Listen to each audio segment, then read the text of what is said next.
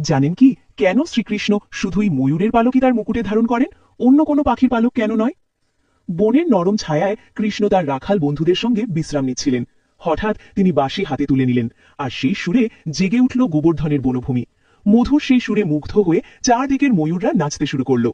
তাদের রঙিন পালক রোদের আলোয় ঝলমল করছে, আকাশ বাতাস ভরে উঠল আনন্দে। ময়ূরদের নৃত্যে কৃষ্ণ মুগ্ধ হলেন।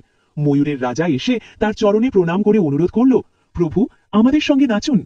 কৃষ্ণ হাসলেন আর ময়ূরদের মাঝে দাঁড়িয়ে নাচতে শুরু করলেন। তার পদক্ষেপে সৃষ্টি হলো এক অলৌকিক ছন্দ।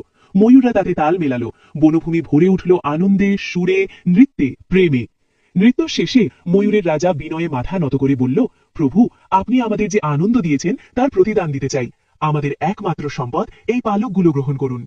কৃষ্ণ স্নেহ ভরে সেই পালক হাতে নিলেন, চোখে আনন্দের ঝিলিক। তিনি কয়েকটি পালক নিজের মুকুটে পরিধান করলেন। সেই থেকে শ্রীকৃষ্ণের মুকুটে ময়ূর পালক চিরকাল শোভা পায়, ভক্তি, সৌন্দর্য আর প্রেমের প্রতীক হয়ে।